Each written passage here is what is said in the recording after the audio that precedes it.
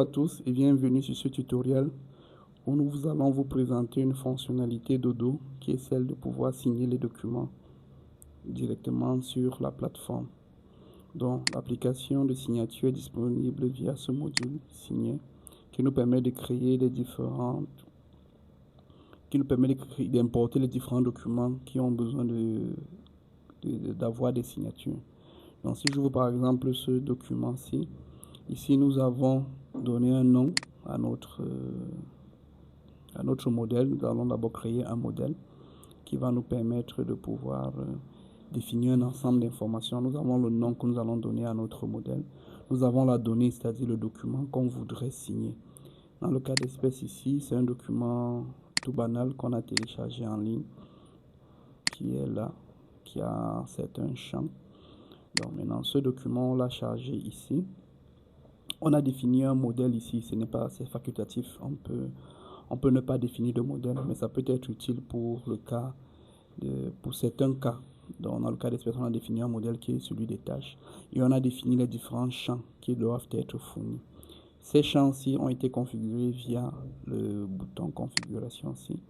Le bouton configuration nous permet de créer de nouveaux champs où les différentes personnes, les différents intervenants vont faire la signature. Donc, si je clique droit ici, par exemple, je choisis non, ça me fait apparaître le champ nom. Et dans le champ nom, je double-clique, j'aurai le nom, le champ ici, je peux changer.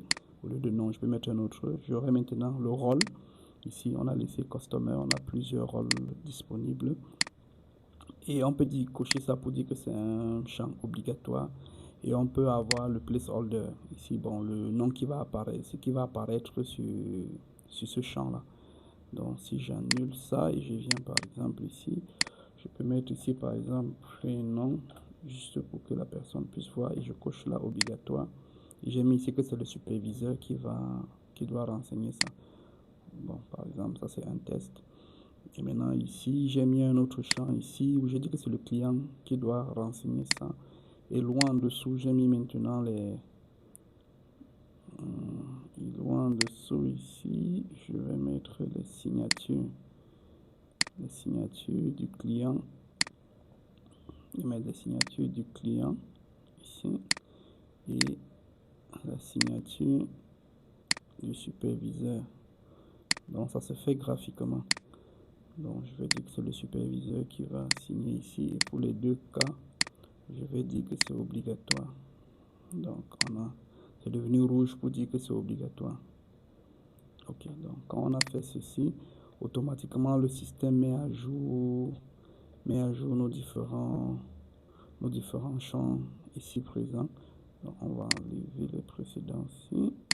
Donc maintenant, ça c'est la configuration du modèle. Une fois qu'on a configuré le modèle, les différents rôles ici, nous allons vous montrer le paramétrage. Première chose, dans le paramétrage généraux, on peut cocher cette case pour dire qu'on voudrait que dès qu'on a fini de signer un document, qu'on puisse envoyer une copie à tous les signataires. Ensuite, nous avons les différents champs. Les champs ici nous permettent, ce qu'on venait de voir, on a le nom, on a l'email, on a le téléphone. Donc on peut créer les champs comme on veut. C'est les différents champs que les différents signataires vont renseigner. Les champs sont de 3 types, le texte, la signature et une case à cocher.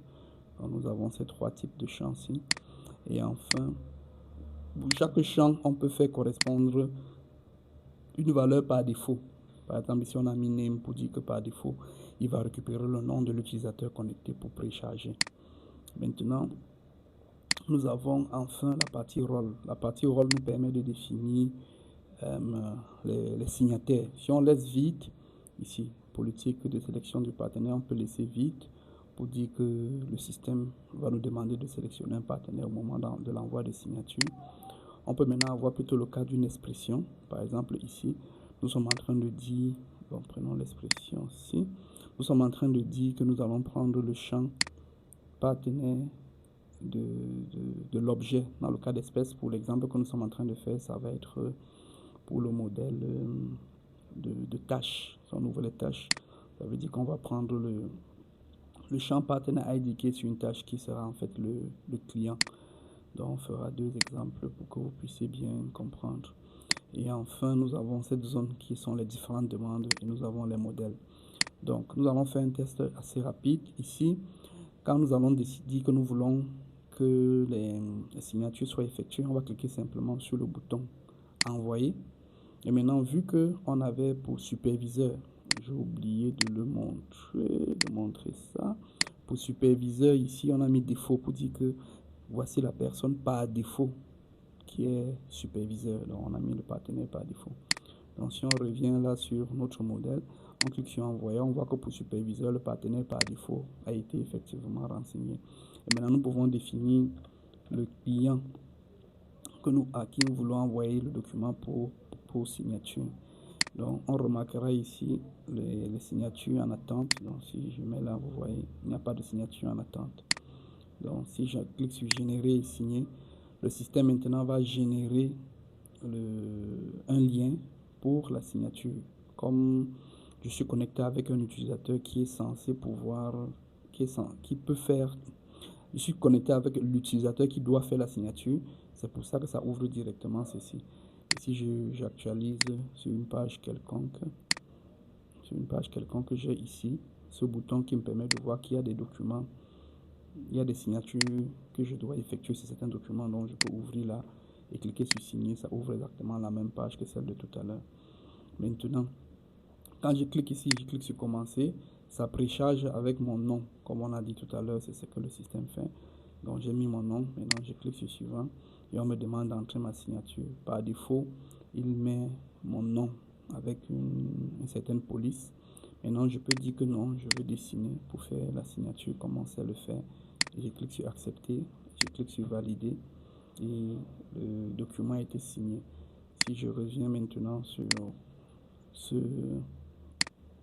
mon modèle, je vois que parmi mes demandes, il y a une qui a déjà été effectuée. Donc, on a une sur deux qui ont déjà été effectuées. Sur les deux signatures, il y a une qui a déjà été effectuée. Qu'on voit ici, Michel Admin. Donc, maintenant, on peut aller dans le système et se rendre compte que un mail a été envoyé à l'autre utilisateur que voici pour l'inviter à faire la signature que voici. Donc, il va recevoir un mail pour l'inviter à signer le document. Donc, si on copie par exemple cette adresse et on vient coller en navigateur privé ici, on colle ça là, ça ouvre le document et ça met déjà l'information que l'autre personne a eu à renseigner. Même ici en dessous, il y a déjà la signature de l'autre. Maintenant, lui peut cliquer to start et comme vous voyez, comme tout à l'heure, il a le nom qui a été renseigné aussi. Il est important de souligner que cet utilisateur étant un utilisateur portail, il peut accéder à notre système et voir tous les documents en attente de signature. Donc ici, là, il peut faire comme l'utilisateur de tout à l'heure, cliquer et accepter et signer et il valide. Maintenant, si je pars sur le document, nous allons voir que ici, on me notifie déjà, on a envoyé un mail pour dire les signatures ont été complètes, ont été toutes complétées. Si je viens maintenant sur le modèle et que j'actualise là, je vois que j'ai une demande et quand j'ouvre là, j'ai reçu effectivement mes deux signatures. Et maintenant, je peux imprimer le document, le certificat qui prouve qu'effectivement le document a été signé. C'est un certificat qui permet de tracer toutes les actions qu'a subi le document. Ça peut être pratique pour un audit. On va montrer l'ensemble des informations. Mais aussi, chacun a déjà reçu le document signé par PDF, mais je peux ici avoir encore accès à ce document avec les différentes signatures et demander à avoir une version propre à moi que je peux ouvrir et pouvoir donc archiver. On voit là que toutes les signatures sont présentes. Donc ça, c'est l'utilisation standard où on charge un document dans notre système et ce document va suivre le workflow et on pourra faire les différentes signatures. Maintenant, ce module s'intègre aussi avec d'autres modules, notamment projet et maintenance, où nous pouvons, à partir À partir d'une tâche d'un projet, nous pouvons demander une signature. On peut demander à faire une signature et on peut mettre un message ici, par exemple, et on clique sur générer. Le système va automatiquement générer la même demande de signature de tout à l'heure et assigner automatiquement la bonne personne sur le document. Donc ça, c'est cette formation un peu rapide mais fin à l'exploitation de notre module signature. Merci.